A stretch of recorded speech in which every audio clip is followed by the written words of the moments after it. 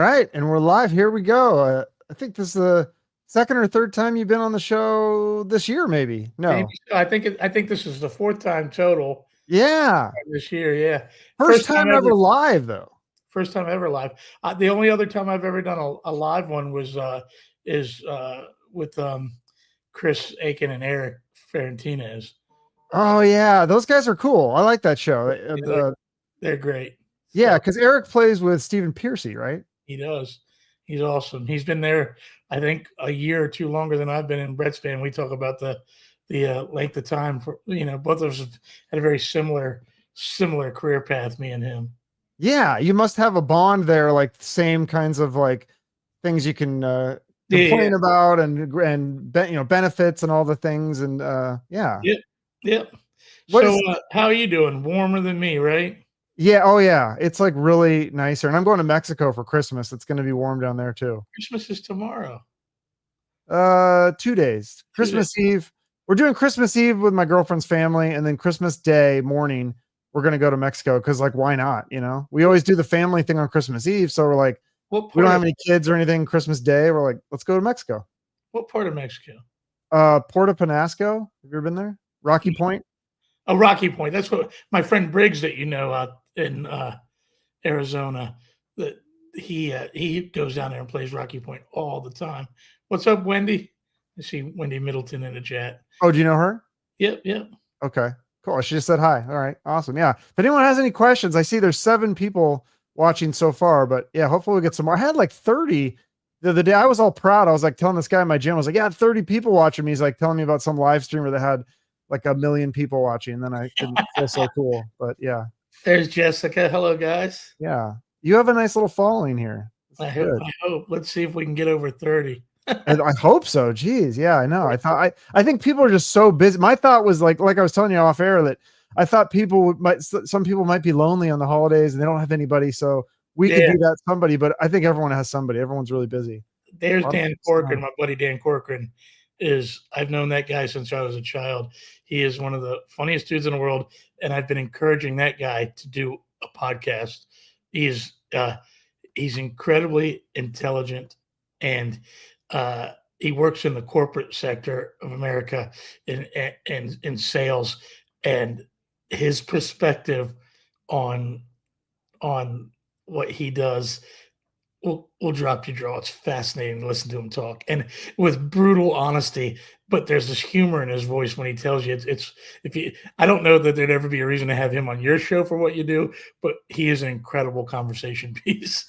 Oh, really? That reminds me of who's that sales guy? Is it Graham something or famous? You know what I'm talking about?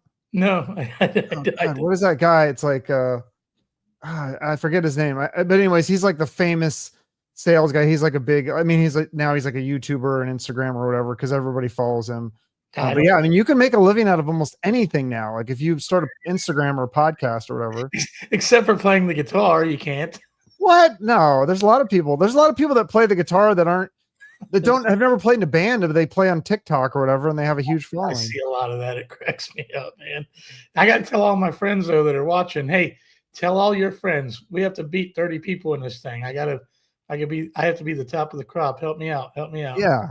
I think part of it too, because it was Saturday night, and maybe Saturday night people were bored, and so like, oh, let's see what's going on. Maybe I think right. 2 days before Christmas is like the craziest time of year. Everyone's like so stressed out and trying to get everything done. Are you done with everything? Or are you crazy too? So it's interesting that you would say that, because I was just telling a friend of mine today how strangely relaxed I am. Normally we play right up till yesterday, and I've been home for about a week, so I was able to take care of the things. Hey Jeff, I was able to take care of the things that I do usually today and tomorrow. So I'm more chilled and relaxed than I've been probably in 20 years at this time on this particular day. But my candle shop has been busier this week than it's been all year long.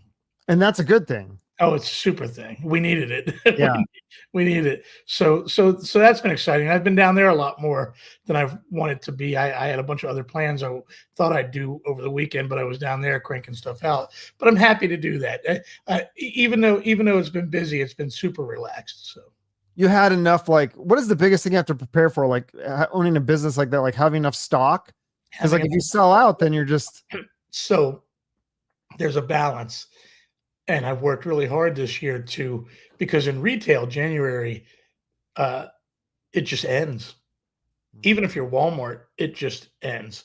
And you want to stay stocked, but I've worked really hard this year on trying to not overstock. I don't want to be sitting on extra stuff, but mm, the balance of it is terrible because uh, it was funny. I went to lunch with a friend of mine yesterday, good old friend of mine, and he's like, he met me at the store, and he's like, "Oh, the store looks kind of empty. What's wrong?" And I'm like, "Why does that have to be what's wrong? How about maybe I fucking sold everything?" yeah, exactly. That's the You whole know, point. maybe what's right. You know what Yeah. I mean? And so it's interesting perspective when you're a business owner about keeping the store stocked versus what the perception of if it's not completely full, people think you're going out of business. But if it's completely full, you probably don't have any money because you're not selling anything. Right. You know, Well, it's a and are you able to like look at like on this day, like 20, December 23rd, 2023, and then compare like oh how yeah. much you made on this day last year? I have everything on an app, and then I keep everything in a spreadsheet from the day we opened. Hmm. And I actually this year I finally had to convince myself to stop obsessing with it. Like I would stare at the spreadsheets all day, every day, knowing the numbers weren't changing and knowing I wasn't getting any new data. But even I can tell you this: I have on my app, I can watch both of the actual cash registers at my stores on my phone, right? And I can guarantee you that I've been sitting in a room with you in Arizona or out in the desert. And if you see me looking at my phone, I'm sure I'm checking my numbers at the business.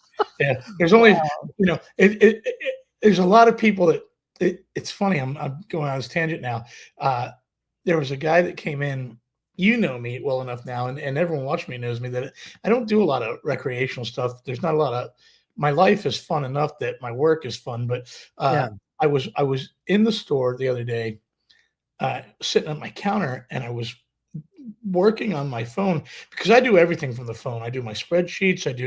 You can do the scheduling. I only pull out my laptop if I'm recording audio or video editing. I do every kind of spreadsheet, financial aspect, any emails, text, all work I do straight from my phone.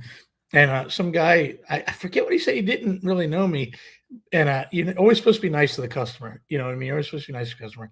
But it irks me sometimes when people think I'm playing on my phone. I don't play. I don't have a Mm. game on my phone. I'm not goofing off. You know what I mean? And the guy, whatever he said, he goes, "Well, maybe if you weren't playing on your phone." And I just snapped. I was like, "I'm not playing on my phone. I'm working. Dude, this is business."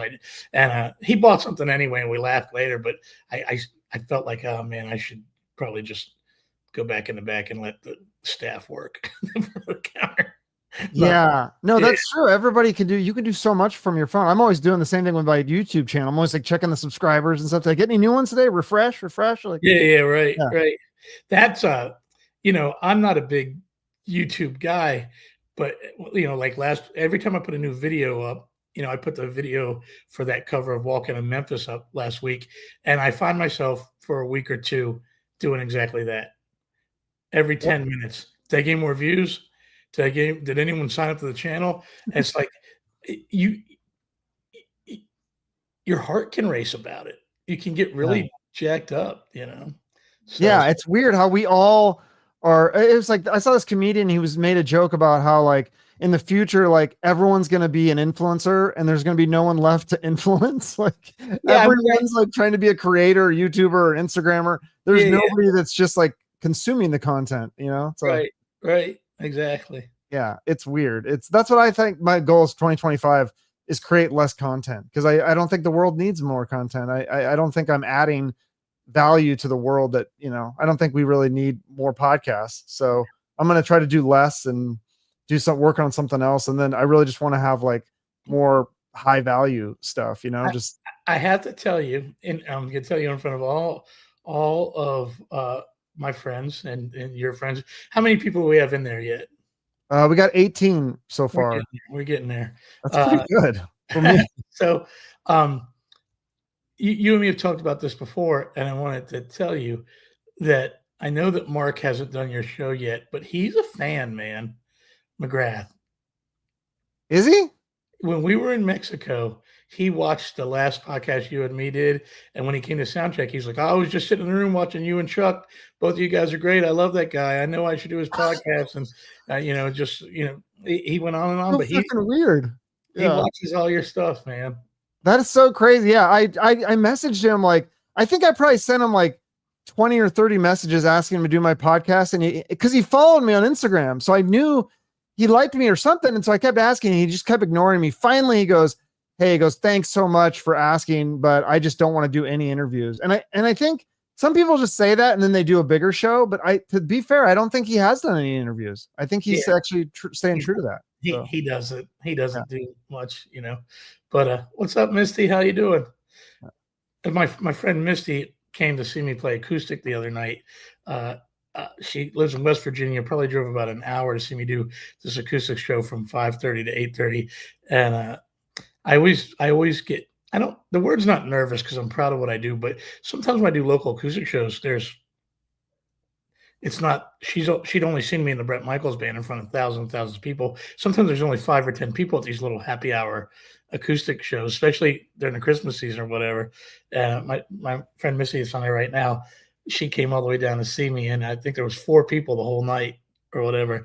So her and her friend got basically a private request only acoustic show for 3 hours. That's awesome. So you'll take requests? If I know it. Well, I'll fake through some of it the best I can. I think they asked for some cherry pie and some Metallica, some stuff that isn't necessarily supposed to be done acoustic, but I fumbled through enough of it to say that I did. That is cool. I want to see you live. Like I like your solo stuff, and like the new song you sent me. I tried to listen to it again today, and then I think the link expired. I was like, damn it! And then I looked. I was like, it's not on Spotify. When is that song coming out? So the new song. Your last one. To be honest with you, most everyone on here, well, not most everyone, 3 or 4 of the people on here I've let hear it that are old friends of mine. It's coming out January 3rd. It'll be released everywhere. But the link you had was not the final mix. So when I'm mixing or adding things to songs and I will save a copy to a Dropbox, and then I'll send it to the band or send it to someone I think should hear it for whatever reason. I think I've discussed this with you before, but if I haven't, Bon Jovi had do you remember when bands would make a VHS, like VHS tapes, just like it was called the Bon Jovi Slippery When Wet home video. It was like there's a behind the scenes. Like I love the Skid Row ones, like Roadkill and Oh Say Can You Scream. Yeah, that kind of stuff, right? Yeah, those are fun. So there was a Bon Jovi one, and he was talking about how he had what he called the pizza parlor jury, and I was 14 or 15, and this stuck with me. Whenever they'd be in the studio and they'd write a new song, as soon as they got it finished enough that they thought it was a good song, they would bring it down to this pizza parlor where all the kids hung out, and they would play it over the airways or over the the system in the place, and he would get a reading on whether the song was worth finishing or not. And it always stuck with me my whole life, this pizza parlor jury thing. And I kind of do that digitally now. I have a very, very small, tight-knit group of people that are just friends, and then I tend to add people like you that I get close with that I consider industry professionals. I know you don't think of yourself the way I think of you, but and so what will happen is I'll do one version of the song, and then I'll send it to a handful of people. And then before the song's finally finished, I have like 20 versions of it sitting in Dropbox, 20 different links. You know what I mean? Wow. And then once I have the final and I've sent it off to be added to iTunes and everything, then I get rid of all those other links. So now I only have the master link, but I'll send it to you.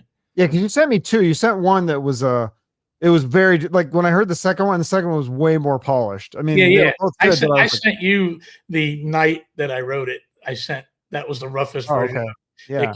It could be like with a drum machine and different stuff. And then the final version, I had Tyson Leslie, who's Vixen's keyboard player. Yes. And didn't he do the what is the show in Nashville? Yeah, The his birthday thing he did. That big event we all went to, and I got to sit in and play with Billy Sheehan. Is that what you're talking about? yeah, it doesn't he is he am I confusing? Rare hair. He does rare hair. Rare hair, that's what it's called. Yeah, because I think when I went to the Rockin' Pod in Nashville, he was like kind of doing a bigger version of that because all the guests from Rockin' Pod were sitting in. It was a fun show. It was Yeah. really fun. Hi, Leanne. Hi, everybody. Oh, Brian. yes. I called my buddy's nickname is Whitey. I've known Whitey for 30 years, but I haven't actually said that out loud. We haven't seen each other in 10 years. And I don't know if I'm allowed to say Whitey anymore. So Oh no, somebody else said it. what's that? Somebody else said Whitey. And I just called him Brian, and it felt so strange that I don't know. It was the weirdest coming out of my mouth. And Wayne Stroll's on. I got a lot of friends on here tonight. Yeah. We better talk about. These are all your people. I have nobody. I have no fans. I have like. Oh, they're all your fans too. I'd be lucky if my girlfriend's watching. I think she's busy. Like she's like, sorry. The way that our world works, my group of people is we're all family, and if you're part of the family, you're part of the family. So they're all your fans now too, whether you want them or not. That's awesome. No, that's what it seems like whenever I see like comments or like posts on your page. You always have all these comments, and everyone's like really nice though. Even like sometimes you'll say stuff, I'll be like, oh, someone's gonna get mad, and everyone's like really respectful. It's actually one of the better Facebook pages. I get lucky because I always wait to see if I'm gonna. I do stir the pot a lot. I do. You do. I like it. It's fun, but it's not like you're not just trolling. You're actually expressing an opinion. And it's interesting. Is from the heart. But I will tell you, I've been trying my hardest to push my limits post-election with all that crazy stuff I was saying, and I finally got in trouble. Oh, you did? Wait, I didn't see that. So if you've noticed, I backed off and haven't said anything for a couple of weeks. They told me they were going to demonetize my channel if I guess I said something about you don't need to war doesn't need to be fought with weapons, but if it's time to shoot, it's time to shoot. I said something like that, and Facebook beat me up a little bit. Oh, okay. Yeah, I mean, I don't think that's any. I mean, yeah, I think we would all agree. Nobody likes war, but sometimes you got to do it. So yeah, right? I think is that all you're saying, or what? Yeah. But I for a couple of weeks I was like, how far can I push this on Facebook? Every single one of my friends, like online right now, Jessica Barrett, her husband Jim Brady, he can't say he likes waffles without getting in trouble on Facebook. And why? I have a buddy named Chris Carroll, that every time he opens his mouth, he ends up in Facebook jail, they call it. Oh. And so I was trying my hardest to see how far I could push that. And I never went to Facebook jail, but I could tell I was on the path. And worse than going to jail is taking my money away. So when they threatened to demonetize the channel, that was the end of that. Dude, I know so many people that are like YouTubers that got demonetized from YouTube. And they had like, I mean, some of them, it's like how they make their living. And they're just like, what do I do? Like, and some people are going to Redfin or Rumble and all these. And a lot of these people are not like, because you always think it's like, oh, they're far right. And a lot of them are actually, these were like a lot of liberal comedians got their specials demonetized because they said a bad word. Oh, really? And, yeah, like comedians I had on my show that are like, they're like, I don't know if I'd say far left, but they're left leaning comedians. And so, and like one of them was a woman, and I was like, and she got demonetized because she said, I forget, I think she said like pussy or something, or now I'm going to get demonetized shit. But yeah, I was like, she said something that was so stupid. And I was like, what the? And it was like the context she was using. It wasn't, I don't know. Like they get really weird about that. So I've never had the Facebook jail, or I've had things on YouTube say that they've demonetized certain episodes, and they've said like, but you know, I don't get a strike or whatever. If you get a strike, that's really bad. And then I think sometimes like people will just say like, all of a sudden they'll wake up one day and it says the whole channel is demonetized and there's nothing they can do about it. And it's just like, oh my God. I mean, there's some guys, I don't know what kind of stuff you follow, but there's a guy that runs a channel called the Outdoor Boys. I think you told me about this one before. I mean, he's like one of the biggest YouTube guys in the world. And I was watching a thing about him the other day, and I didn't realize that he had been demonetized because his content is set for children, Oh. And some of the comments and stuff that were happening, they didn't like. And so, I mean, Oh. he used to live here in Virginia, right near me, and he was a lawyer. He shut his whole practice down, moved to Alaska, and pursued this as a career, this YouTube channel, and then to get demonetized. You know what I mean? But he fixed it and straightened it out. Oh. He's still one of the biggest YouTubers. You YouTubers? gotta, Yeah. Is yeah, he goes camping with his sons or something, right? yeah, yeah. Yeah. Yeah, and it's funny because I'm fascinated by him, but, like, the last couple of weeks, he's just, or the last couple of months, everything is spending the night outside in Alaska without a tent. It's like, I need to go somewhere else, you know? He used to go all over the world, and now that he lives in Alaska, everything's about how cold he can get in the middle of the night. I'm like, I've seen this, you know? Yeah. That's the thing. I feel like so many YouTube channels, I mean, I love Joe Rogan even, and I feel like I can't watch every episode. Like there's just so much content. I And yeah, can't. some of it gets repetitive. You're like, okay, Joe, I've heard this conversation before. I've heard your opinions on this. Like, and I have he'll to I have to watch Joe's highlights.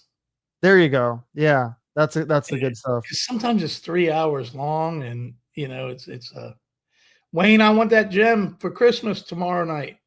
Well, my buddy Wayne, he's a local area guitar tech that works for everybody, and he has a very special guitar of mine that someone gifted me from originally from the '80s, a Steve Vai gem model, and he's had it for about 7 months, trying to put it in mint condition. And I'm trying to be patient, but I want it really bad. How many guitars do you have? Oh, geez, I don't know. Is it a lot? Yeah, Do you take a lot on tour, or do you only take like one or two? two go on the road. Two go on the road. And it's funny, for about 10 years, I didn't buy any guitars. And then maybe, I guess it was during COVID. I don't know what it was. But all of a sudden, I started becoming a collector again, you know, and it sucks. I'll tell you this. I have this guitar right here. I hope Wayne, Wayne works for Dean, the company that I'm sponsored by. So, Hmm. but this is a private party. So this is a Eddie Van Halen, the EVH series. It's a flat black with I don't want to get super technical with it, but this is the greatest guitar I've ever played in my fucking life. Really? I, I, I, I have some great guitars that Dean have personally made me. I love them. I have a couple of these, but this particular one is I don't know. There's something Hmm. fascinatingly magical about it, and I can't play it live. I play it here in the studio. I'm not even supposed to show it because of my deal with Dean Guitars or whatever. Oh, But Wayne's here too, so if I get in trouble, Wayne will go down with me. So that's interesting. That's cool that Eddie made actually a good guitar. Because wasn't there some country star that made guitars and like they weren't good or something? They were really bad. I mean, some people will just license their name to a company and sell Yeah. junk. Right. You know, no, they're not sharp, Wayne. We've had this conversation. Wayne knows that those Van Halen guitars sometimes have sharp frets. And right now he's being a Dean defender, trying to tell me what's wrong with that black guitar. That's cool. So you get a deal with Dean, so they give you free stuff in. Yeah, I mean, it's a trade-off. I absolutely have to play it every night, and I endorse it, and I love it. If I didn't like the guitar, I don't play shit that I don't like. And I've been with them for over 21 years now. So I've been, you know, but every guitar player has a collection. That Les Paul right behind me, what? That one. Yeah, there you go. That was the first real Gibson that I ever bought in my life. I've broken the neck off of that thing 3 times. And I keep having it put back together. Back before I was in Bret's band, my band Evick, we were 7-night-a-week party band, and we would play. We used to play the ski lodge, and it was you can't even dream of the party that was at the ski lodge. Whitey had been there a bunch of times. He'll tell you, Brian, and the ceiling's low, but we would get so fucking drunk. And I would always forget that ceiling's low. And I used to do this thing where I'd throw it up in the air. And 3 times over my course of my career, I've been in that place and threw it up and it hit the ceiling and the neck would break off or whatever. So, Is that in Virginia? it's in Deep Creek, Maryland, Okay. where the Wisp Ski Resort, if you ever look it up, which was it's where they do Olympic training and stuff. But it's a huge winter party thing. It's pretty crazy. Yeah. So how do you decide which guitar to use like for a studio song? Like, because if you have like how many 30 or 40 or however many guitars you have, I mean, there's so many options. How do you decide like this one's gonna sound good for this or I mean, every kind of guitar has a different sound. A Les Paul is a Les Paul is a Les Paul all day long. And then well, that's weird. I get weird going left versus right. That blue thing is a Fender Telecaster, uh, yeah. which is what country guys use a lot, or Bruce Springsteen. It has a more jangly kind of sound to it. Just different guitars have different sounds, but me generally, uh, my Dean guitars are all they're called Super Strats, which is what Eddie Van Halen invented, which was a Fender Strat with a Gibson pickup in it, and that's basically everything that I do. I use that. Yeah, so because that's part of like the sound with production is like picking the guitars and the amps and how to fiddling all the knobs and stuff. I mean, because some of these bands today they sound retro because they're using old school equipment. Yeah, And yeah, it's so cool when you get that sound. right, very much. I always every time I start to do something, I decided I'm going to use some crazy guitar, do something, and then I always just want to go back to what I like, which is my sound that I made up. You know what I mean? Like my sound. So I always think I'm going to venture out to do something different, and I never do. Yeah, when you make songs with Bret, does he tell you about what he used with Poison in the '80s? Like, does he ever bring that stuff to get that sound for a specific song or something You know, truthfully, he doesn't want that sound. for He the does. solo stuff or just at all? Yeah, he does. There's nothing that we ever do that he wants it to be as far removed from Poison as he possibly can. He doesn't, he loves where he came from, but those Poison records wouldn't have sounded like they did if it was up to him. Oh, really? Yeah, he loves where he came from and he knows what it is, but he's not Poison's biggest fan. You know, I always try to explain that politely. Hmm. If Bret would have had his way, Poison would have sounded like Leonard Skinner and Aerosmith. It So would it's have, like the Native Tongue album. Is that kind of more the route that he wanted it to go? the Native Tongue is record is Bret's baby. I It love is. that record, honestly. Like, It's an incredible record. Incredible songs. Richie Kotzen played incredibly. Not that Cece's not great. Cece's my hero. Cece's my brother. I love him to death. But that Native Tongue record is what Bret wanted. hmm. That was the first time that he had 100% control of what was happening in the situation, and he took it and ran with it as fast as he could. Yeah, I like that era too because it fit with the '90s, and I like the look. They looked cool then. They toned down the hair Yeah, stuff. Like they didn't look like complete women. They looked like manly rockers. Like he yeah. had the kind of like the Native American like vests and stuff, and he was Oh all yeah, ripped and yeah. They all kind of had that, you know. yeah, But truthfully, Chuck, I say this all the time. It gets to be a little unpopular opinion, I think. Like, but the I get really I get not Steel Panther because what they're doing. First of all, they lived through the real thing and they yeah. they they embrace it a different way. But and I have a lot of friends that do this, and I forgive me, but I'm just being honest. When I go see these fucking bands that dress up, that 80s dress up shit, playing the music, and they're they're they- they're too old to be doing that anyway. And I get so fucking mad because Poison only looked like that for one record. It would after Cat Dragged In, they took that shit off faster than you could dream of, and they went to leather. They still had some makeup on, but it wasn't like that first record. And then by Flesh and Blood, they were in denim. They were just in denim t-shirts. And you've been with me several times in the last 2 years, right in front of Bret. It's a regular pair of jeans and a black t-shirt. There's nothing, you know what I mean? And that's who he always wanted to be. He wanted to be Ronnie Van Zant um, and Motley Crue.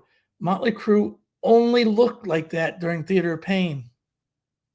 I mean, Shout at the Devil, they had some wacky shit going on, but it wasn't that girly makeup stuff. It was more this Kiss Alice Cooper thing. But by by Girls, Girls, Girls, that album cover, they're all with leather jackets and denim jackets and jeans. And, you know, most of those bands only did that for a brief second. And it's embraced now like it was an entire 10 solid years of that. And it just wasn't, man. It just wasn't, That's Makes a good point. Yeah, you're right. I mean, I think there was some bands that carried it over, like that was their shtick, like Pretty Boy Floyd. Maybe I'm thinking. They're still doing it to this day. Yeah. I think for some bands like that was their thing, but yeah, I think for Poison and Motley Crue, you're right. It was only a period of a few years, and then yeah, Motley Crue, like I mean, even by the Karabi stuff, I mean, they had completely reinvented themselves, but it was kind of a gradual transition from It was theater to that. Yeah. And the one thing with Motley Crue was they were the closest thing to Kiss. Was every time they put a new record out, they reinvented their image. They looked different every record. And Yeah. and that was the thing that I used to really like about them. What is their, I every time Kiss came out with a new record, I was excited to see what their new costume would be too, but the girly looking thing was only it was only both of those bands only had 2 albums, and Pretty Boy Floyd, Steve Summers is a buddy of mine, but they never had the impact. No, none of those bands none of these bands I'm talking about, these local cover bands doing this, even they don't play Pretty Boy Floyd songs. Pretty Boy Floyd didn't have that impact anyway. You know what I mean? Right. You're playing a Whitesnake song. Here I go again. Coverdale was a 45-year-old man by then. He was. You get where I'm going, right? Oh yeah. So you remember, like, because you're a little older than me, so you remember like when Kiss became unmasked? Like, was that a big thing? I remember the moment I literally freaked out. I was in my basement watching MTV, and they did this whole thing where they slow motion took the they were covering their faces and they took it off live on MTV, and I freaked out, man. I freaked out so much I went running out of my house up the street screaming about it or whatever. It was too much for me, man. But I wasn't ready for that. I didn't want Kiss to take the makeup off. But I loved the Lick It Up record that came after that. I loved the song Lick It Up, and the video was very post-apocalyptic and they looked cool and badass. And so I accepted it really quick, but I wasn't ready that day.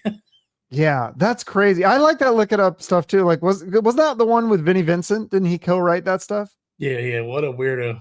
Did you ever have any interactions with him, or have you ever? I have none, but I will tell you, my good friend Dana Strum from Slaughter. Oh yeah, Dana. They were in Vinnie Vincent Invasion together. Yeah, he found Vinny. He's the one that. But if you ever talk to Dana, no matter what the conversation is, if it's your first time speaking with him, he will stir the conversation to let you know that he is the one that brought Randy Rhoads to Ozzy Osbourne. I've heard that too. Yeah, that's an awesome credit to have for sure. You can be talking to him about a Christmas present you bought your mom, and he'll find a way to turn that into Randy Rhoads. But sometimes you have to remind Dana that yes, you brought us Randy Rhoads. You should have a statue erected for bringing the world Randy Rhoads, but don't ever forget that you also fucking brought us Vinnie Vincent. So it balances out. I've said it to him a couple times. So. Oh, that is great. That's true. Yeah, I mean, I don't know. I do like some of the Vinnie Vincents. I don't know what happened with. It's like some of these guys, they disappeared for so long, and then they kind of tried to come back, and it mixed results, I guess. I think a lot of times back in the day when rock was like Jakey Lee. Yeah, that's the other one I'm thinking of. He disappeared, and then he came back, and I actually liked his Red Dragon Cartel, but I liked it. Yeah, I liked it more than I liked Badlands, to be honest with you.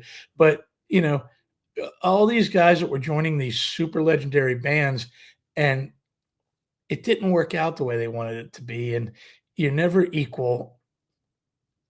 You're not equal to Ozzy, and if you're joining Kiss, you're not equal to Paul and Gene. And I think a lot of people go in and think I'm in the band now. Right.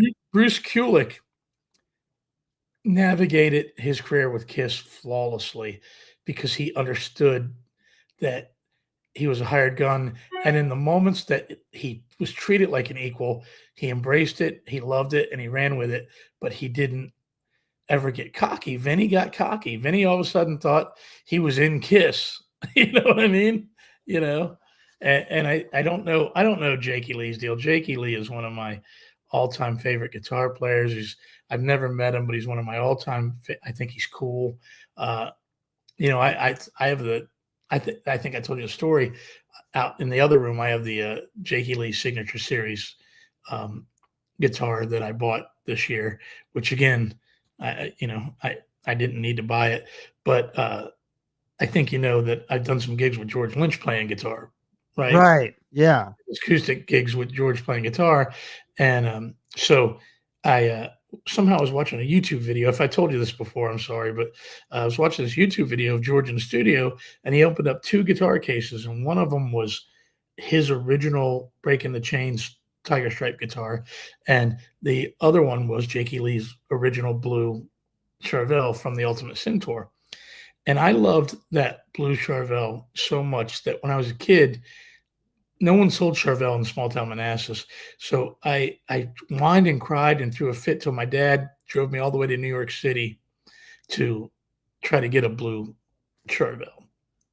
Right. And as a matter of fact, it's weird. I never do podcasts from this room, my studio. So I usually, but so in the 80s, I bought this. And this was what Charvel was making. It's not the Jakey Lee model, but it's a blue Charvel. And I've had this guitar. I mean, I've had it since I freaked out and had my dad take me to go get it. But it's not the Jakey Lee guitar. Anyway, but this in my brain, this was that guitar my whole life. And so anyway, I saw George with that guitar, and I freaked out. And I texted him. And I said, George, whatever the price, I want that guitar. And like it was just this childhood gut instinct. And then after I hit send, my face just went ghost white. Just pure terror and panic, because all I could think was he's going to write back. He wants $16,000 or $17,000 for it. That's the price that those kind of guitars sell for, and George sells all kinds of guitars. And all I kept thinking was, not a fucking chance that I'm buying a $15,000, $16,000 guitar. And more than that, I'm going to have to buy it, because last thing I need someone doing is letting that look bad on Bret, that Bret's guitar player didn't want or said he couldn't afford that guitar. Like, this whole fucking thing's going through my head. Yeah. I'm panicking. Like, how do you unsend this text? And all of a sudden you see the bubble. George is texting back. Oh, I don't own that guitar. I sold my guitar, and Jake sold his guitar to a collector in the 80s, and we kept in touch, and we borrow them. They borrow the guitars back from him when they want to use them or whatever. So I was like, oh, thank God. Like, I dodged that bullet. And then George texted me. He goes, but they make an exact replica reissue of that guitar now, a Charvel. And sure enough, they do. So I went and bought it the next day. Okay. And that's not 16,000 then. No, but it's 3,500, which is a ridiculous amount of money too for a guitar that I'm never going to do anything with but look at. Wow. Yeah, that's the thing about guitars. It's so like, because I think I told you last time I had Joe Bonamassa on, and I think he's got one of the craziest collections of guitars. Like, it's ridiculous. You had him on the show. Yeah. Not for very long. I only got like 25 minutes with him. He's such a cool guy. He was so down to earth. But yeah, he said people follow him on Instagram for as much of his guitar collection. Yeah, right. As like him actually playing the guitar, because his collection is so crazy. I was like, wow. And his amp collection. Oh, okay. His amps too. Yeah. He uses the same thing I use. The Marshall Silverface Jubilee is my favorite amp of all time. I've got actually two collector's editions versions, but I can't show them to you right here, but they don't leave this room. They're worth their weight in gold. Slash uses it too. It's a Silverface Marshall that was made in 1984, and it has a very unique, different sound that than any other Marshall. but Slash and Joe uses them, and a few other people use them. I've had about 12 of them through my life, but now I have two. These two are both museum quality pieces, and they just sit right here, and I don't even turn them on anymore. How many amps do you have? In this room, 7 or 8 in this room. Out on the road, I have 3, and I probably have. I think my kid probably has 3 or 4 of my amps, and then in storage somewhere, I'm sure I have 7 or 8 more somewhere. Yeah, Gavin, you're saying your kid? Yeah. Is he still? And he's still doing the music? He's still Very making much, music? very much. Yeah. We put him out with that last song, and I put him out on the road, and he went out and experienced what it was like to tour, and that was an education I wanted him to have right away. But now the focus is writing music.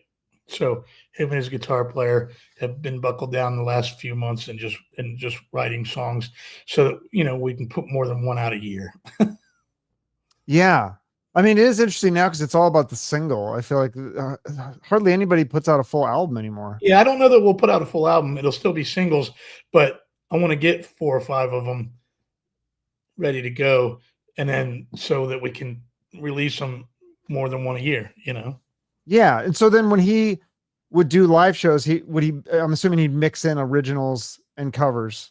Right? Correct. Yeah. Yeah. So isn't that what you do when you do your solo shows? You mix in the originals with. The acoustic stuff is all cover, unless someone requests the original stuff.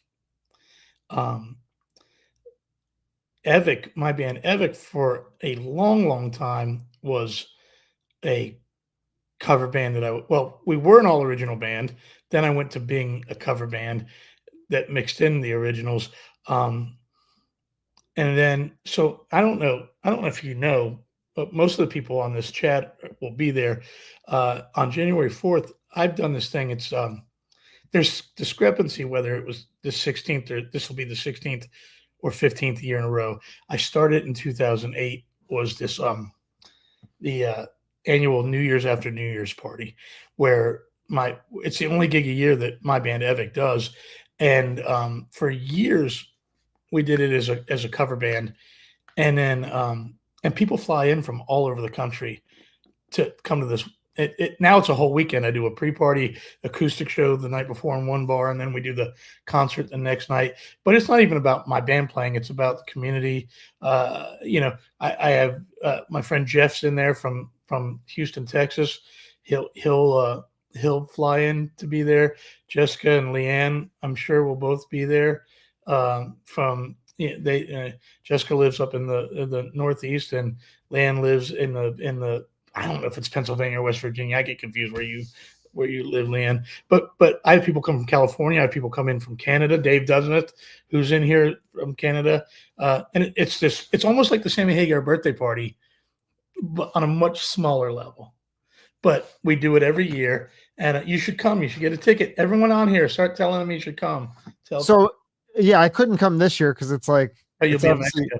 Yeah, but next year, so it's the day after, so like January 2nd, would it be? This is January 3rd. I do it. Yeah. It depends what year, what day I do it in January. But my point of that was about 3 years ago, a handful of people that were paying all this money to come to the gig and do all this stuff, they said, "Why don't you do the original material?" And all that original material I'd written and released before I was in Bret's band.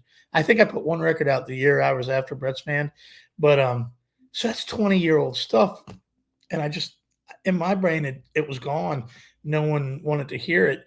And a handful of people really got in my ear. And so for the last 3 years, it's an all original music set. It's a full on concert of my own stuff. Yeah.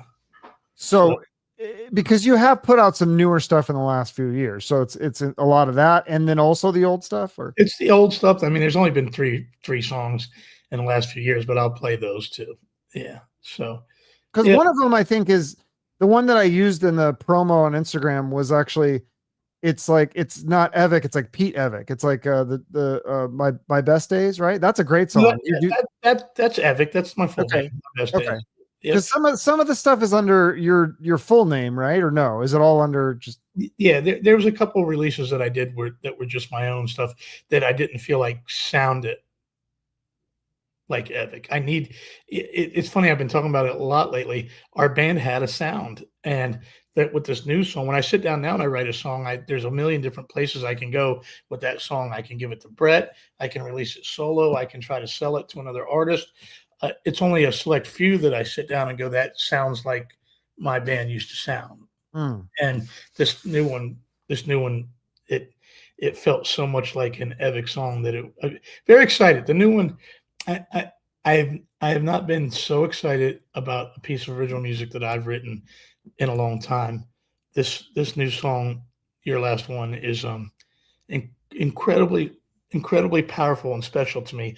And you know, the story of the song, I've already told everyone here knows the song, but I don't know I've said it out loud, is I've had the lyrics to the verses to the song for 10 years with no chorus. And I've written the chorus over and over again, and it sucks. It just sucks. It doesn't say what I'm trying to say. I know what I'm trying to say. It just, and so a dear friend of mine, husband died last month. It's a true story. Jana, you've met Jana. She's production. She runs everything at the Bret Michaels concert. You've met Jana. Her husband died,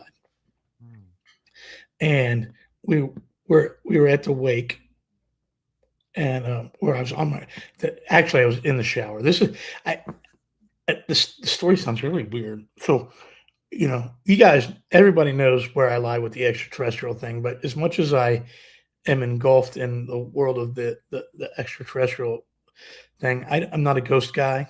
I don't know. I'm just not. I think I don't want to believe. I don't want to believe that there's whatever it is. I'm not into it. I'm not into spirits and signs from the beyond or any shit like that.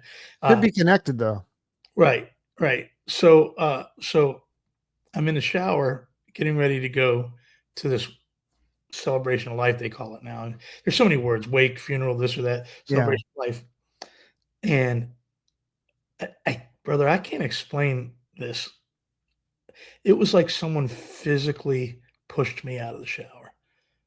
Like not hands on me. My own body stepped out of the shower, but it was no control of my own. And I grabbed my phone and just started typing. And the chorus of the song came out. And it's the right chorus. And the interesting thing is Junior, Jana's husband, had this whole thing about the numbers 2, 3, and 4 in any sequence, 2, 3, 4. And as I was typing, I looked down and it was 2:34. And on the day of his celebration of life, and I have to believe that his energy gave me the chorus to that song. I have to believe it. And I don't want to believe it. It's fucking stupid, but I have to believe it. So much that I gave him a co-write to the song. Like he will be listed as co-writer to the song. Wow. That's great. That is cool. Yeah.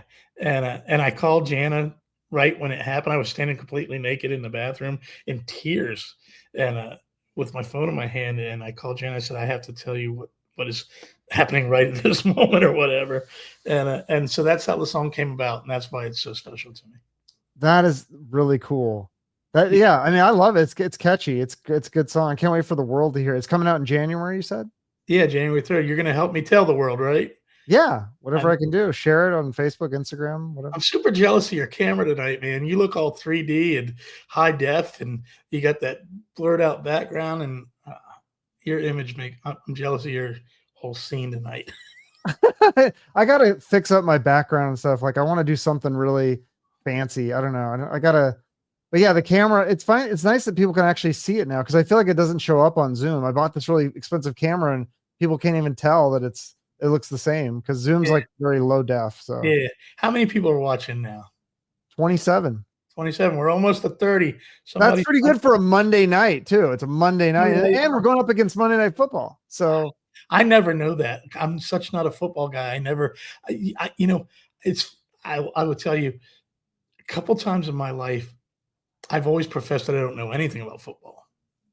And a couple of club owners back home used that and fucked me and had me do gigs on football nights that, because they need a band or whatever. And I'd be like, why is nobody here? And finally I called on and started watching the football schedule. Oh yeah, that's it. It's interesting because I feel like, well, this game tonight is like not a very big game anyways, but I also think I've noticed that a lot of people that are music fans don't care about sports at all. And so I feel like they shouldn't interact too much. I guess it just depends. There is some overlap, but yeah. But I live in DC or in the Northern Virginia area.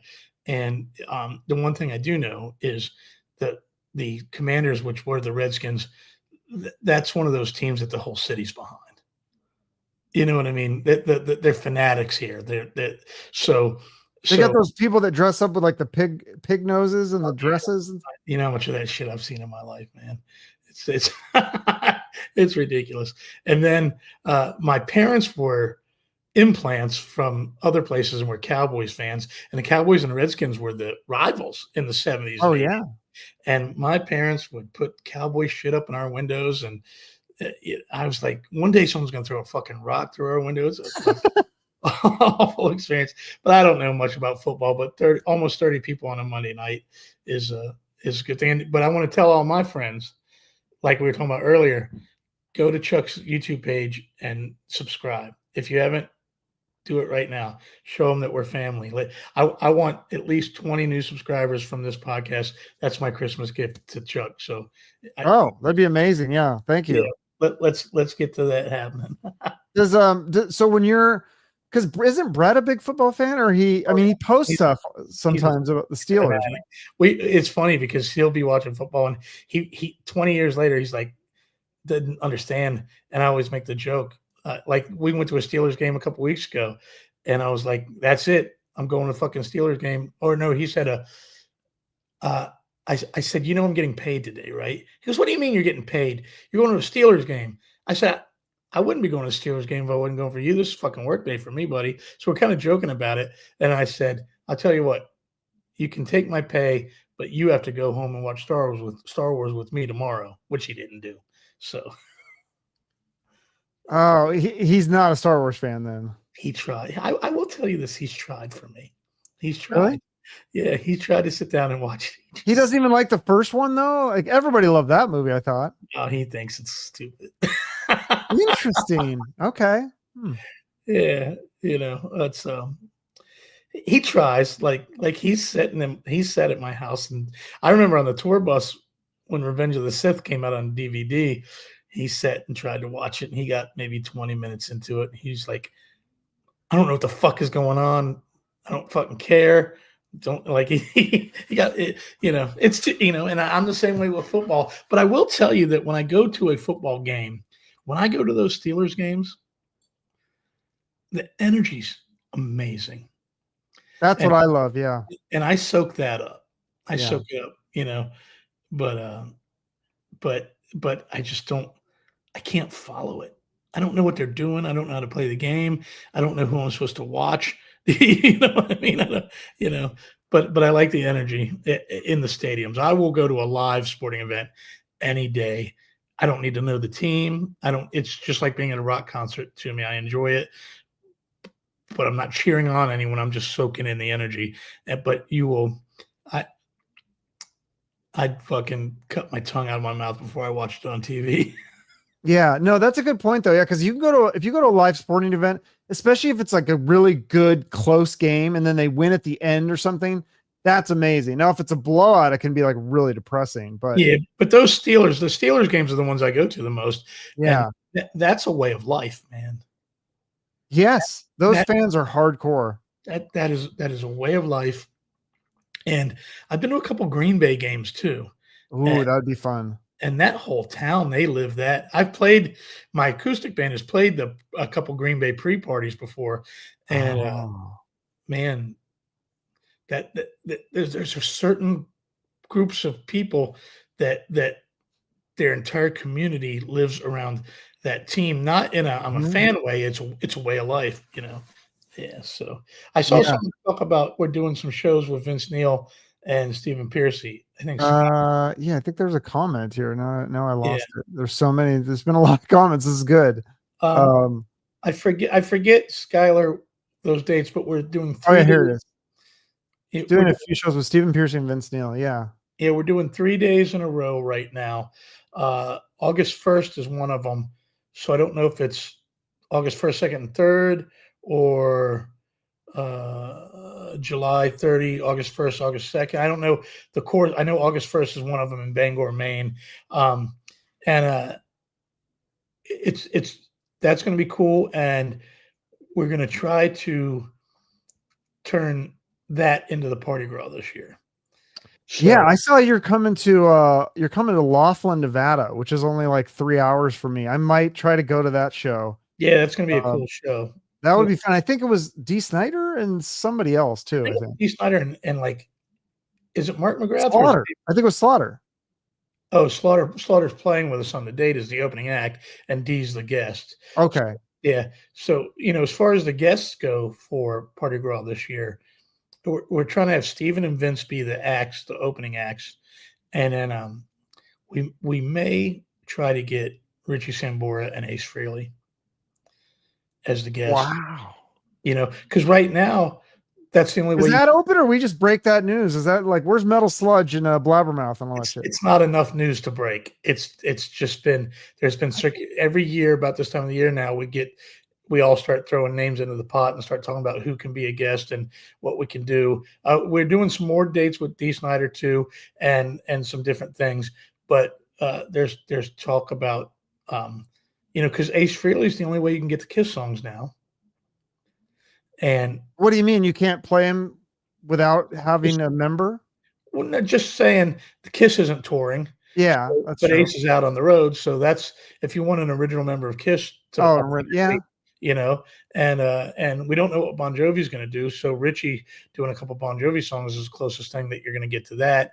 And then the first couple of years of Party Girl, Bret expanded it to some country, some pop, some classic rock, some different things. And I think now for the third year, I think he wants to tighten it back up to the genre specific 80s stuff, which I think the fans want. I think that's, he wants to spread out and do all this stuff, but at the end of the day, the rock fans want the rock.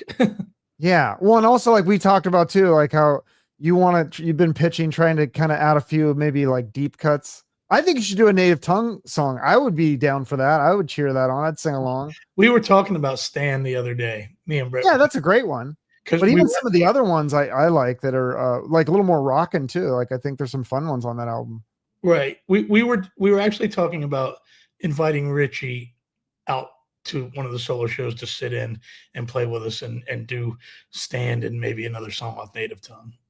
That would be really cool. Yeah, because him and they never had a beef. It was always the beef was with it was Ricky. The beef was with Ricky. And then I think they even squashed it or something. Yeah, Ricky and him have seen each other since then, and Yeah. everything's right. But Bret was being loyal to his friend, and I commend that. Commend it. You know what I mean? Yeah.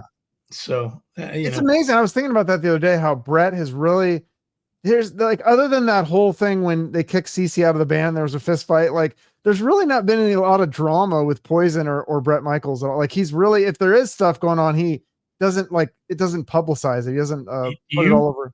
Do you forget 15 years ago when Bobby and Bret got in a fist fight in Atlanta and Bobby threw his bass at him in front of 50,000 people, and then Bret took his microphone and threw it at his head? You don't remember that? No, I don't remember. That was 2009.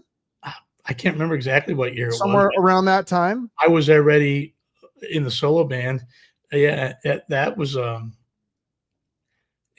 that was a big deal. You got to go back and look it up. That time in my life, that was when I first moved to Arizona. That was a weird time. So I think I lost like a lot of I used to go back in the day in college. I used to go to the library and go on the computer and go to like Metal Sludge and always like, and I just Google like my favorite bands, Motley Crue, see if there's anything in the news about them. But Oh yeah, there yeah. was a I used to while do it there, all the time. Yeah. yeah, there was a while where I just kind of lost touch with everything, and I didn't even listen to new music from my bands, and like, because I used to would always, if there was a new Motley Crue, I don't care, I just buy the whole album. I That's don't it. care if That's I'd what heard we it used to one do. song. That's what Yeah, we all used to do. yeah. Yeah. But But I must have missed that. Like, yeah, oh, there was it definitely, was a huge thing, that's and crazy. Bret called me. I was in Myrtle Beach, and Bret called me and said, "Get you in the band here right now." And then Bobby had called Johnny Solinger who was in Skid Row at the time, and Stevie Rochelle, both, and said, "You guys get here right now." And no one for about 18 hours, no one had any idea what you were going to get the next night. You were either going to get Bret with his solo band, or you were going to get Poison with Solinger or Rochelle singing. Like the whole rock community was on the edge.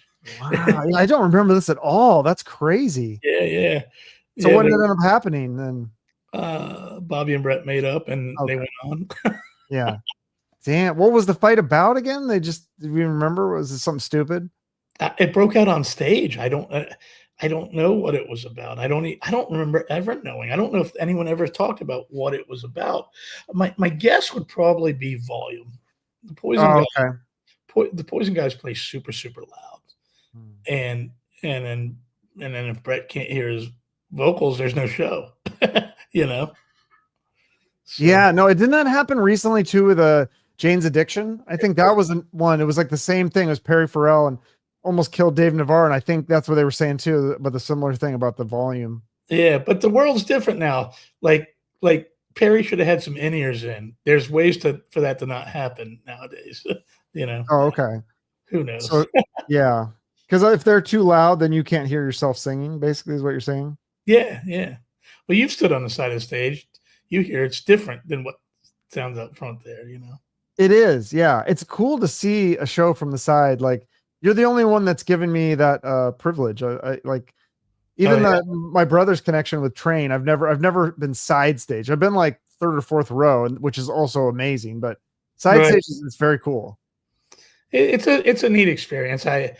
You know, I always tell everyone, don't expect it to sound great. Watch it for the experience of seeing it that way. But Yes. if you want to experience, the show's made to be watched from the front. So if that, you know, it's neat to see it once or twice, but eventually go back out Yeah, and see what we've worked so hard for it to look like. You know what I mean? So I agree. Yeah, I've heard those songs so many times. Like, I'm just singing.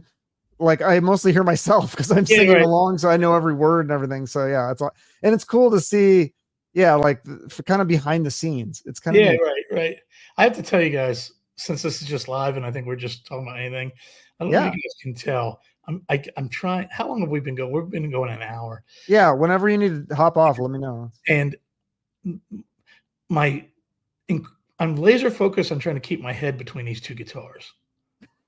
Are you watching this? Like if I'm moving like for the I entire didn't even notice. That's hour, thank hilarious. God, for the entire hour, I'm like whole time just trying to, it's making me crazy. No matter how I sit, I end up like I get positioned completely. I'm completely comfortable.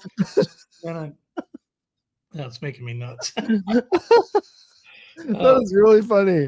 What else? I do things like that too. Like when you're walking and you don't want to step on a crack and stuff. Like, yeah, it's. You're perfectly centered between your fucking Am I okay? two signs. Everything about your screen makes me jealous today.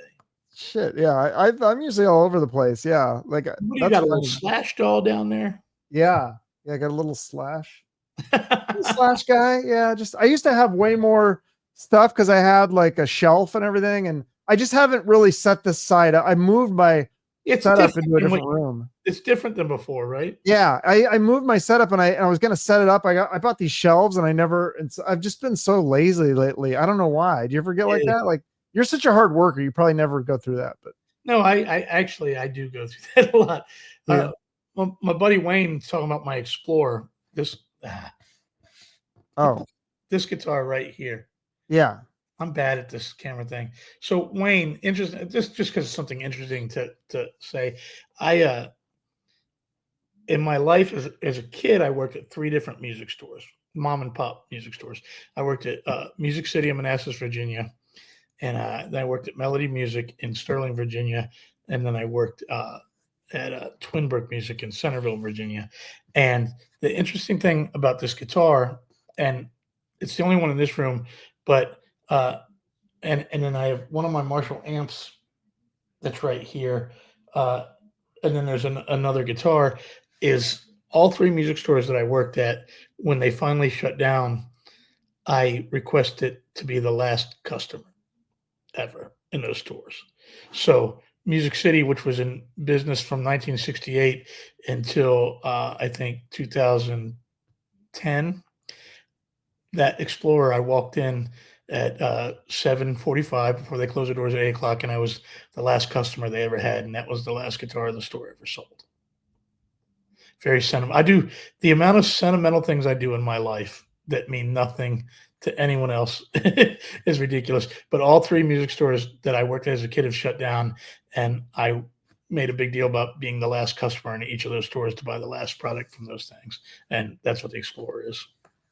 Isn't that kind of sad to when like to be that the last person too? I guess that's cool that you got to, but it's also sad to see those It's sad. stores close down, radio stations shut down, and Oh yeah, yeah. I mean, bands break up. I don't know. it's funny because I think about that a lot with Shining Soul, my candle business. It's already been 12 years that I've been doing this. That's a long run for small business.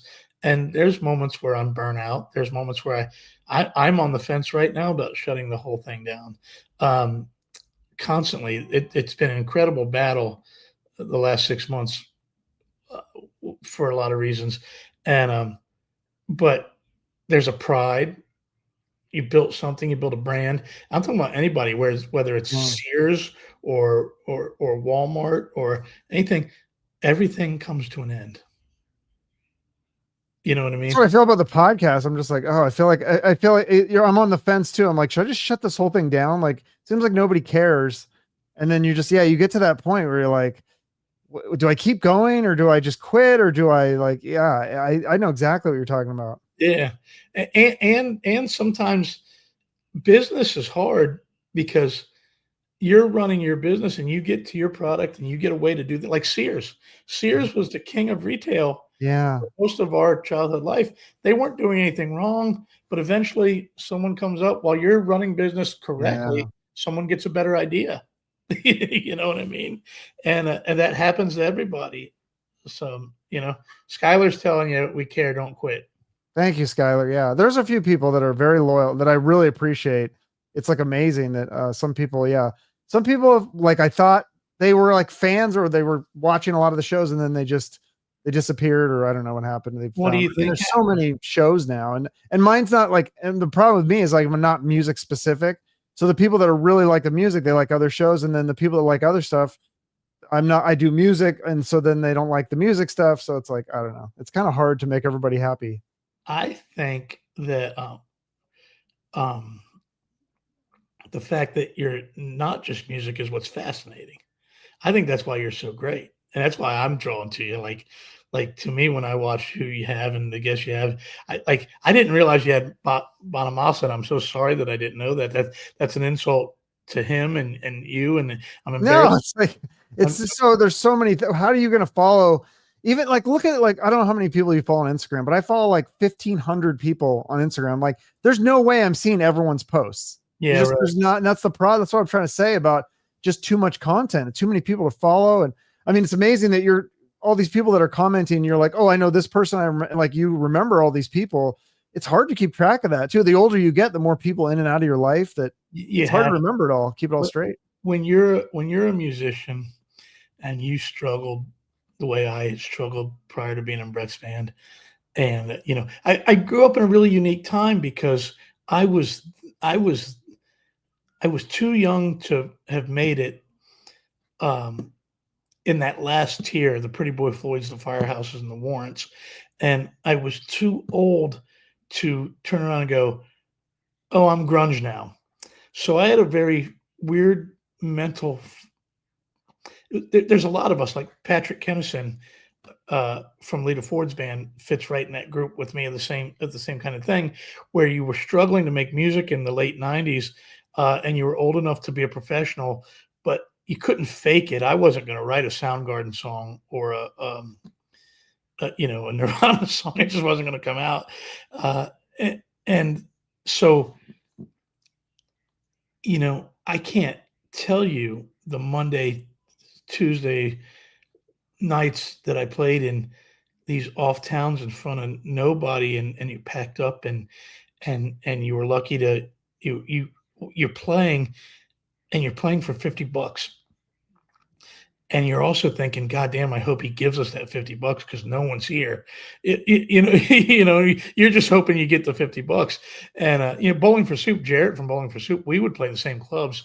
Now that me and him are good friends in this part of our life, we reflect back to seeing my band's name and his band. I have a stack of flyers and stuff where Bowling for Soup played the night before or after Evick or some odd reason in these shitty fucking bars. Like we were on the same circuit, Hootie and Blowfish. I have a videotape of me playing a club in DC in 1993 or 4, and I opened up for Dave Matthews and Hootie and the Blowfish. We all played the same night. A club called the Bayou. Neither one of those bands had broke yet. But that was a new sound happening, and we were the first band on the bill, and we were old news 80s rock. And I remember Darius. I don't remember Dave very much, but so my point to that is, you talk about me knowing everybody. I've just gotten to this point in my life that if anybody listens to my music or likes what I do, that's not a fan. That's a fucking friend. That's a friend. And if I don't know your name or something about you, then I'm a fucking asshole. That's how I feel about it. That's a nice way. Yeah. I mean, I feel like the same. I'm very appreciative of anybody that's taking the time to watch I mean, even though I get they're usually not watching for me, they're watching for the guests, but I still appreciate the difference with you though is, I hate to say it, they're just names on a screen. These live music, I see these people. That's true. Yeah. That's that for you to be able to connect like we're talking about. I don't know how you do that unless I see I watch some of the dumbest shit, man. Do you know a guy does a podcast called Screen Crush? No. He's a Star Wars nerd is what he is. And okay. And most of his channel is reviewing sci-fi shows like right now Star Wars is doing a Skeleton Crew, and as soon as it's over, he'll have a review of the show with Easter eggs and things you might not have caught, and you know what I'm saying? Oh yeah, I love that. I mean, if you're really into something, yeah, I love nerding out about a lot of things. Yeah, so this guy's built an incredible career at doing this, and his channel's huge. But I've noticed now that he's taking the show live and he's going to meet the fans. And I think that personal engagement means something, Yeah. Yeah. So there it is. Chuck needs to fly out to the Evick show and do his show live with all of you guys. I'm putting it all together. I'm going to guilt you into coming back from Mexico and flying to Virginia. Dude, I think you should do a live show in Scottsdale and make it like a fly-in day. That would be something that people would fly in for, because like you said, the weather's nicer here right now. So I mean, don't come in the summer; it's terrible. But yeah, if you came like in especially the spring, it's like amazing. But the winter, especially, I feel like that's the time to leave your cold town, Virginia or I mean, I'm from Seattle, so Washington or up north. If you're in Wisconsin, like that's when you want to come visit Arizona. It's like amazing. So January and February the Bret Michaels dates are relatively slow. So I started booking me, Chad, and Dean, our acoustic gig, and we're in January. So I'm not thinking about it. I'm just trying to get to work, and I know the markets that I do good in and we do good in. And so January 16th, I think we kick this off, and we start in Green Bay, then we go to Chicago, then the Cedar Rapids, and then the St. Louis. And after I signed all the contracts and everything, I looked and I went, oh, fuck, that's going to be cold. So the following week I'd put 3 days in Florida. Oh, nice. Yeah. Florida would be very good in the winter as well. I'm trying to come to Arizona and but I need to tie a couple of things together. Maybe a Vegas show. to get out to that area and to pay all three of us, I can't just do a one-off. And for it to be worth it, I need to do 3 or 4 shows just to cover the flights and stuff. You know what I mean? Yeah, you could do like Phoenix, Tucson, Vegas, Laughlin. California is not too far. I mean, yeah, just it depends on how many you want to do, but I think you could throw a few in. I think you should. So have you said you've never gone to Rocky Point? You've just heard about it. Because I think you my would. buddy Briggs plays there all the time. He owns a condo there and he does acoustic shows all the time down there. Yeah, there's live music there. There's a local band called the Black Moods, and there's another local band called Roger Klein, and they both do shows down there, and people will drive from Phoenix and they'll bring in a pretty good crowd. I mean, I think it'd be fun to do. Do you know Roger? Roger Klein? Yeah. No, I don't. I've seen him live several times, and I have some friends that are diehard fans of his. I like his music a lot. Yeah, I love the Refreshments and his solo stuff. Hold on a second. Let me see if I can get this in tune. He's a great musician, great singer. Still sounds great, great songwriter. He doesn't do a lot of interviews. I tried to get him on the podcast a few times, but he's a quiet guy. Yeah. He did my buddy's show because my buddy played in like an opening band or something. So he had a connection there, but give me 1 second here. Yeah, no, I'd love to hear whatever you're going to play. I'm sure it'll be amazing. I don't know about amazing, but every live music, anybody that can play and make it like the notes sound good is amazing to me. Cause I took guitar lessons for like 2 years and I sucked. I could not. So I'm always amazed at everyone that can play actually make it sound good. I'm like, how did you do that? You tried to play and couldn't? Oh yeah, I took lessons for like 2 years because I love music. It was my life when I was in high school. Music and movies. That was my life. I wanted to either be a rock star or I wanted to be a screenwriter. And I wanted to go to the art screenwriter. Yeah.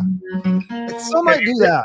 I think I could do the screenwriting. I don't think I could do the rock star thing. I'm probably that boat is that ship has sailed, but do you know this? So just how far down do you want to go? Oh yeah. Talk it out over a cup of Joe, and you can look deep into my eyes. I was a supermodel. I played this song since the day it came out. I love that song. I opened for Roger back in Tempe, Arizona, back in the 90s when it was the Refreshments. Yeah, I think wasn't that in your book? You had a story. Was that the time you took the mushrooms? Yeah. What's the first verse? It's just you and me, baby. No one else we can trust. You say nothing to no one. How and no bust. Don't flinch, just smile.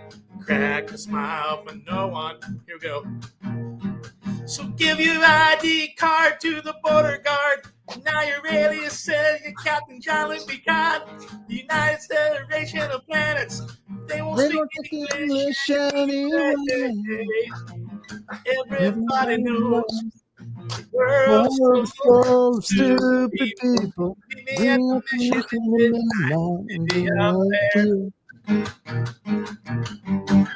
Everybody knows the world is full of stupid people. I got the pistols, I keep the pesos. Yeah, that seems fair. Yes, that is awesome. You did not expect that tonight, did you? I think we're going to get a copyright strike, but it was worth it. I don't care. Will that happen, actually? I don't know. Sometimes I don't know how it works. Like, I don't care. All they'll do is just demonetize the video, which is probably not going to make any money anyways. But, but no, that's awesome. That was worth it. That was fun. I want to clip that too and put it on my Instagram. That was fun. No. I don't think it sounded really good. I'll make a video of me doing it for you. Okay. Sounds better. All right. Well, if you were live, you got to catch it. And if you didn't, well, then you can rewatch this whole thing and fast forward, but I won't clip it. Hey, Wayne, my buddy Wayne's asking if we're doing Annapolis again. We are. Tickets go on sale tomorrow. It's Wednesday, January something. I forget, but we are. Brandon Brown from St. Louis is on. Are we at the 30 yet? No. 7. What happened? Did we go down? Oh, the third. Oh no, yeah, we're 28. Or 25. God, why we just lost 3 people? What the hell? Yeah, it's getting late. I don't know. Yeah, no, but thank you for doing this. Yeah, I know you probably got to get going, so I'll let you get back to your. Real quick, I see my deceased friend Tom Lamb's sister is on here. Oh, but it's under the name Jimmy. But I Are you in Phoenix now? I didn't know you were in Phoenix. Wow. Huh. Well, I feel like we didn't talk about anything. Is there anything we should cover Well, I don't before? know. Is there anything else you want to talk about? I think you had some great stuff. There was a lot of amazing things that All right. I never knew or heard. I mean, if you want to keep going, I'll keep going. I got nowhere to go, but Eventually, I'm going to end up talking about the drones and the aliens and everything. So, I mean, I'm happy to talk about that. I'm really fascinated by that. And I'm trying to get to the bottom of it. I've tried to watch podcasts and clips and things and news stories, and I don't think anybody knows what the hell's going on. I think so the one thing I'm going to say is, again, being a huge part of the extraterrestrial community. When I say that, I mean the people um, that live in that world. I'm not like they just uh, anybody that thinks that those things are alien should be shot on sight. Uh, so here's oh here's, god, now we're definitely getting demonetized. He here's said shoot people. not. I didn't say that. Should be. Uh, It's a joke. The YouTube doesn't understand. Their AI system doesn't understand humor. Yes. oh, is it AI that picks all I this think stuff? so. I think you just say this certain word or term, and they're like, boop, money, goodbye. Like I don't. It's like it's its own drone robot or whatever. So I had several people. Hello, Jim Brady. I had several people. Oh my God, do you think they're UFOs? Every time someone thinks there's something, someone calls me about it, and these drones have red and green lights, just like airplanes and boats. But have you seen the other? There's some orbs. The orbs, That's different. I'll get into the orbs. I think that the theory, the reason I could think that there might be extraterrestrial thing is because it's like the strategy they're saying is they sent a bunch of drones to drown out the real orbs or whatever, so that people just go, oh, that's just part of the drone thing. That's the only thing. I think, and again, I'm a doomsdayer. Yeah. I think that they are looking for stolen plutonium. That's what I've heard too. Yeah. That is documented that there was stolen plutonium or something. That I think that is real. Unless that was a fake story. I don't know. I thought I saw that. And so that they're saying that these drones can read gamma rays or something.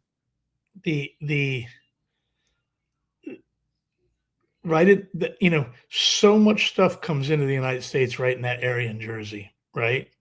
That's the shipping capital of the East Coast up there, right? And I have to believe, even Putin made a statement a few weeks ago about Trump's assassination, and he's not in the clear, almost like he knew something. It was really weird. Did you see any of that? No. He said, I still don't think Donald Trump is safe from assassination attempts. He very clear. The video's all over the internet about it. And the heat and the political turmoil, I wouldn't be surprised if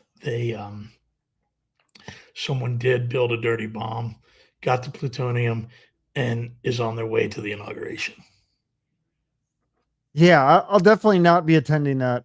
Not that I would ever attend any inauguration anyways, but definitely not that one, because it does sound like that's going to be a very big threat. It's a real possibility.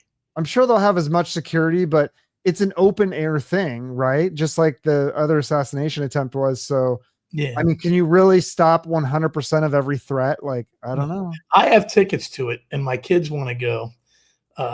Really? Bad. Yeah, my kids want to go. I've never gone. I can't deal with the crowds, and I told them, let me think about it a little bit, and if I don't have to drive and I don't have to walk very far, and if I just hop in a car with them and hop in the car back with them, and nothing becomes my responsibility at all, parking in DC or any of that shit, if I don't have to even if I just get in the car and go with them like I'm a fucking cheap date, I may consider going. But I don't. That's have you ever been in that city, man? Fuck that place. As far as No. as far as driving and parking and stuff, it's Yeah. awful. It's awful I experience. was telling my girlfriend the other day that the football team, one of the teams I follow, the college team, they have a game in Virginia, and I wanted to go, and then I was going to go to DC and do all, and she goes, oh, okay, like What she did part of not sound Virginia? very excited. I don't know, where is the University of Virginia? Is that that's UVA near is down south. okay, That's 4 hours away from where we are up here. and then how far would that be to DC? 4 hours. Okay, so that you're really close to DC then. I right where I'm sitting right here, I'm 18 miles from the Washington Monument. Oh, okay. Shit. All right. Yeah. Well, because if I went that far to the East Coast, I'd like to, see some more of the East Coast. I've been to New York and I've been to Boston. I've never been to DC. I've never been to Philadelphia. And so isn't all that I stuff mean, if relatively? you come on a weeknight, I'll take you to DC. I Oh, can really? I can get all around it and drive. I'm never going in there on a weekend. Okay. Yeah. But if you ever come here, I'll show you whatever you want to see in DC in the middle of the night. Is it safe in the? Yeah, Oh, it's okay.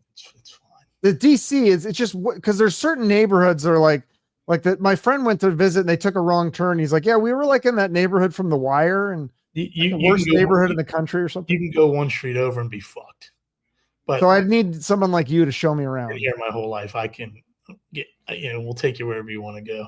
I mean, all you want to see is the monuments, the museums, and the buildings, right? That's Yeah, the yeah, yeah. Isn't yeah, the what is the Smithsonian? Because that has like doesn't that look the Seinfeld set and like some of the all TV that stuff. Yeah, props and stuff? yeah, yeah. Do they have Star Wars stuff? The Air and Space Museum does, but the Air and Space Museum actually got moved to the Dulles Airport, which is right here by my house. So anytime you want to see any of that kind of stuff, it's not even in DC, it's at the airport. Have you ever been to Seattle and been to it used to be called the EMP, but I think they renamed it the Pop Culture Museum. But they had some sci-fi. I don't know if it was Star Wars, but there was definitely some sci-fi props and things like that in there. No, I know. I've never been to any museum outside of the Smithsonian's. I've never, Oh, I think I've been to something in New York City once, but I've never sightseen or done anything remotely tourist in any part of the country. Never. Oh, I've gone to the Grand Canyon. You know, wow. Yeah, because it, when I went to Chicago, I'm not a big museum guy either, but when I went to Chicago, I wanted to go to that art museum because it was in Ferris Bueller's Day Off, and that's yeah, one of my yeah, favorite movies of all time. So I right. had to go in there. That was kind of surreal because you see the things that were in the movie, and they're very different size than like they're very, like way bigger or smaller than you think. And it's the same like when I saw the Statue of Liberty, I was like, wow, this is like so surreal. It's weird to see that stuff in real life. Yeah.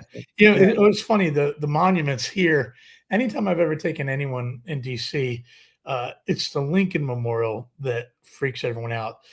You can't no picture shows the scope of how big that fucking thing is. Really? Compared to all the other ones, it's just it looks cinematic. It's gigantic. Wow. I guess I did this year. I went to Mount Rushmore for the first time in my life.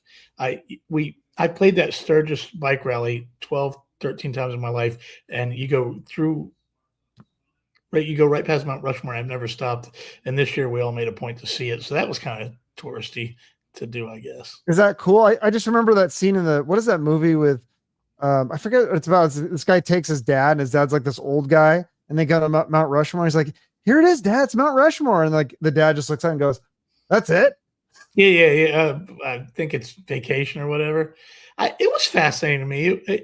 It was neat to it in awe. I was in awe of the size of it and what it really looked like in person. It was cool, but I get my dad had this. My dad couldn't stay in one place too long, so I'm like, I want to see the Grand Canyon.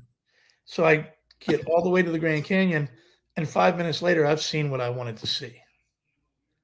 Like Right. I'm good. I'm good to go. So I don't. You know, I remember early on in Bret's band, we played the Playboy Mansion, and Like when it was active, like with Hugh Hefner and stuff. yeah, Hugh was alive in there. Yeah, we played his Super Bowl party the last time, not the last time, but whenever one of the most recent times the Steelers were there, and it Okay. was right in the middle of we'd done season 1, maybe season 2 of Rock of Love. We as far as rock bands went, we were as big as it got at that moment, and because Brett was such a Steeler fan, were we played the Playboy Mansion, and I remember everyone thinking, "Oh my god, I can't believe you're going to do this! This is the greatest thing in the world." And I was there for probably about a half hour. I saw everything I needed to see, and I just went and sat in the car until it was time to play. Oh, really? Pretty much, yeah. You didn't try to talk to any of the girls, or were you married at the time, or had a girlfriend, or? I don't remember if I was married or not. I think I was going through the divorce at that time. Hey. No, I was still married because my wife actually wanted to come to it. Corey Feldman was there. Denise Richards was there. I mean, I said hello to people and stuff like that, but literally, my point is, the thrill ends with me real quick. Huh. Not in a bad way. It's not like a jaded way. I've been that way my whole life. I was 5 years old, and my dad would show me something, and I just want to either watch Star Wars or write music. That's all I've ever wanted to do. But if Everything you're else, watching a Star Wars, or if you're watching a concert, you don't leave after the first song, right? Like you'd stay. I mean, I've left early a lot in my life. Really? Yeah. That's interesting. I force myself to stay through the Sammy Hagar shows, but they're long. Are they? Yeah, he's coming to Arizona in a couple weeks. I want to go. I've never seen a solo band. I've only seen him with Van Halen. Are you kidding me? You haven't seen it? No, I don't know why. And I was like, oh, I want to go. He's playing Westworld. I think that'd be a good show. Yeah, man, you have to go to that. Promise me you'll go. I will go. Yes. All right. Yeah. I think it's like January 16th, I believe. All right. Well, it's probably getting a little bit late, right?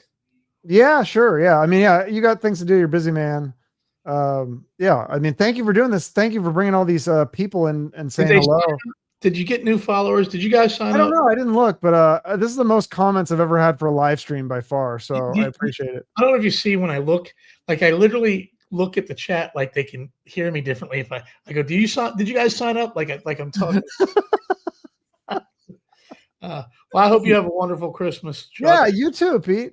And enjoy Mexico while I'm freezing here in Virginia. Well, enjoy the that show. That sounds like it's going to be really fun. Yeah, maybe next year think about coming to it, man. Yeah, I think I should. Why not? I don't have a reason. Yeah, it's a family thing. We're family, and we all. It's 2 days of just going to restaurants and hanging out in different places down in my hometown, and like I said, it's like the Sammy Hagar birthday party, but it's with a couple hundred people instead of however many he has. So yeah, or we need to start a new tradition where you come to Arizona. Maybe not New Year's, maybe Valentine's Day or St. Patrick's Day or something. I don't know. You know, if I had my way, the tradition would be that I fucking lived there. Really? Yeah, if I either want to live in the Outer Banks of North Carolina or Scottsdale. Those are my two favorite places in the world, and it's been on my mind a lot lately. That with both my kids are graduated, and it's been eye-opening the last couple of months that I don't need to, other than Shining Soul, I don't need to be here anymore. I've done my time in my hometown. I love my hometown. I love everything about it, but I've done my time, and I deserve to do some of the things I've always wanted to do. And I'm not a touristy guy. I'm a life guy. I lifestyle, and I like the Outer Banks in North Carolina, and I like Scottsdale, Arizona, the lifestyle. And at 52 years old and everything I've done, I think I deserve that. So like literally the last couple of weeks, I'm looking at houses in both of those places. And, the only thing I got to figure out is do I shut Shining Soul down, and will the people that have supported me for 12 years and given me their money and their time and supported me in my products, will they understand that it was time to pack it up? You could start a Shining Soul down here. It'd probably kill it in Scottsdale. I don't know, man. Maybe so. I've been told all the tourists. Yeah. In Old Town, if you got up a shop in Old Town, there's so many people that come in. I mean, the summer you'd struggle, but the rest of the year you'd kill it. I haven't been to that Old Town area in a long time, man. Maybe next time I'm there, we'll go down and hang out down there. Yeah.